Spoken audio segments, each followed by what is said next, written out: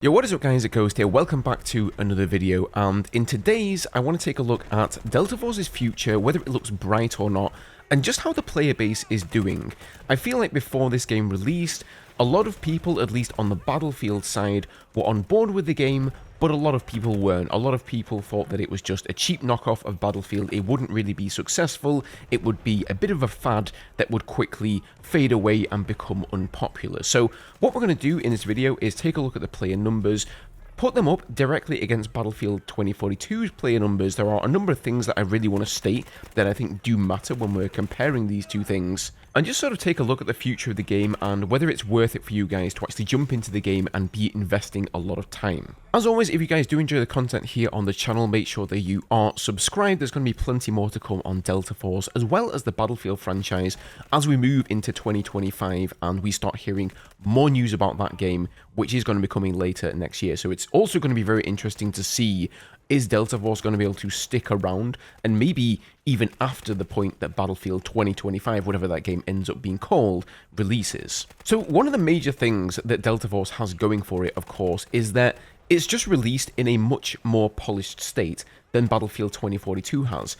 In terms of gameplay mechanics and theme, I actually think Delta Force is incredibly similar to Battlefield 2042. A lot of the problems that people had with the theme of the game there, they're still going to have with Delta Force, right? There are still operators in Delta Force.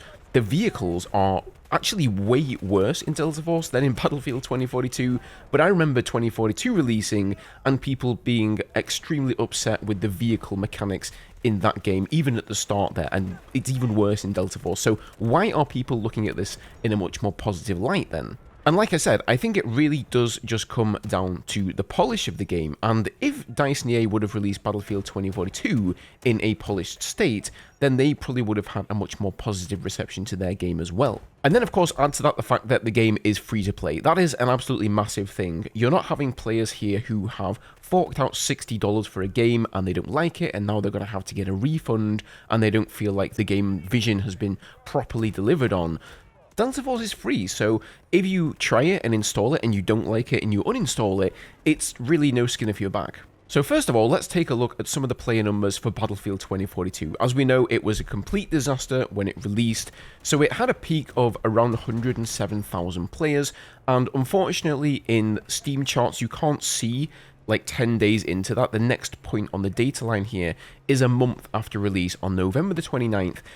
It's down at that point to 47,000 players. So you can see by the line here, it pretty much falls off a cliff, and by about January or February, the player base is down to a measly 3,000 players. Of course, bear in mind this is only Steam players, but it's definitely a pretty downwards trend. If we're going to take a look at the Delta Force numbers, actually the all-time peak has been pretty similar to Battlefield 2042, and that did come as a surprise to me, because after all, Delta Force is free to play, whereas Battlefield 2042 was a fully priced $60 boxed product. Something else to consider here as well is that this is the entirety of the Delta Force player base right here on Steam. At the moment, the game is not out on mobile, it's not out on console.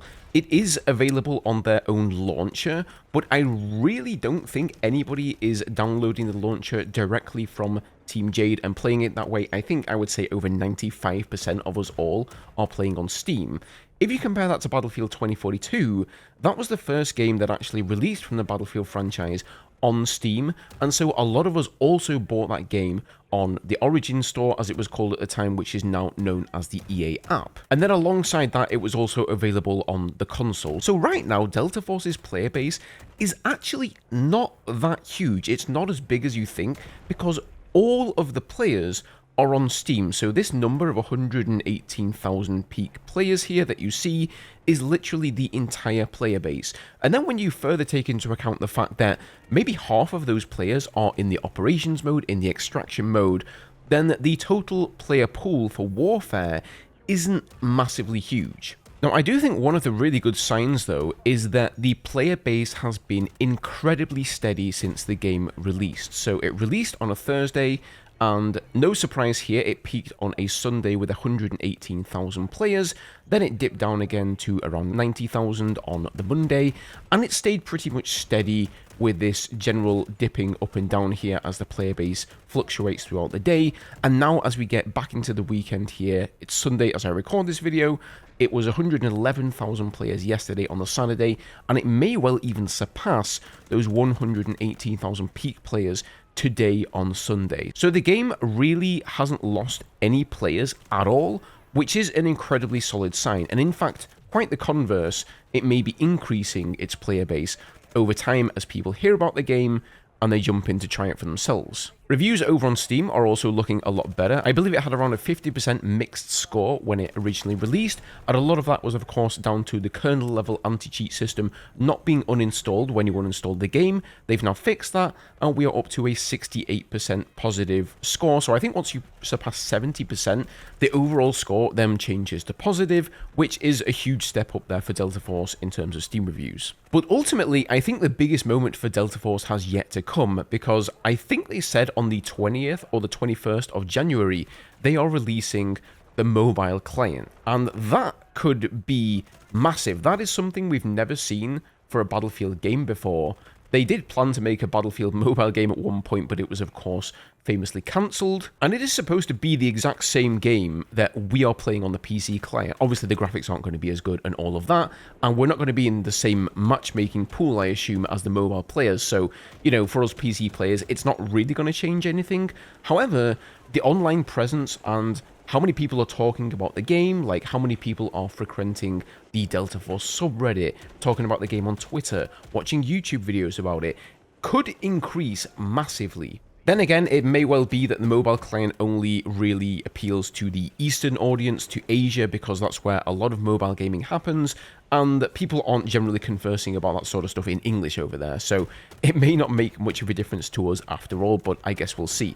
And then of course, they still have to release the console client for the game as well. That is going to be coming sometime in the first quarter of 2025. Once again, since it is free to play, there is bound to be a lot of players jumping in and enjoying that. So overall, I definitely think the future does look bright for Delta Force here. I think they have shown with these player numbers that people are enjoying the game. They like what they have to play so far. They've already told us that they are putting out a lot of content. Right now, there isn't like a ton of content in the game. There's only 5 maps for the Warfare mode, but they've promised that they are going to release new maps on a regular cadence, which is great. You know, they've gotten out the gate to a flying start here, which is completely the opposite to what happened with Battlefield 2042, where they had to really knuckle down and start working on improving the game and really just getting into a half-decent state before they could start releasing more content for it. But guys, I would be very interested to know what you all think about Delta Force. Have you been jumping into the game and playing it for yourselves? Have you just stayed on Battlefield 2042? And what do you think about it so far? As always, if you enjoyed the video, leave a like down below, subscribe for more Delta Force and Battlefield, and I'll see you guys in the next one.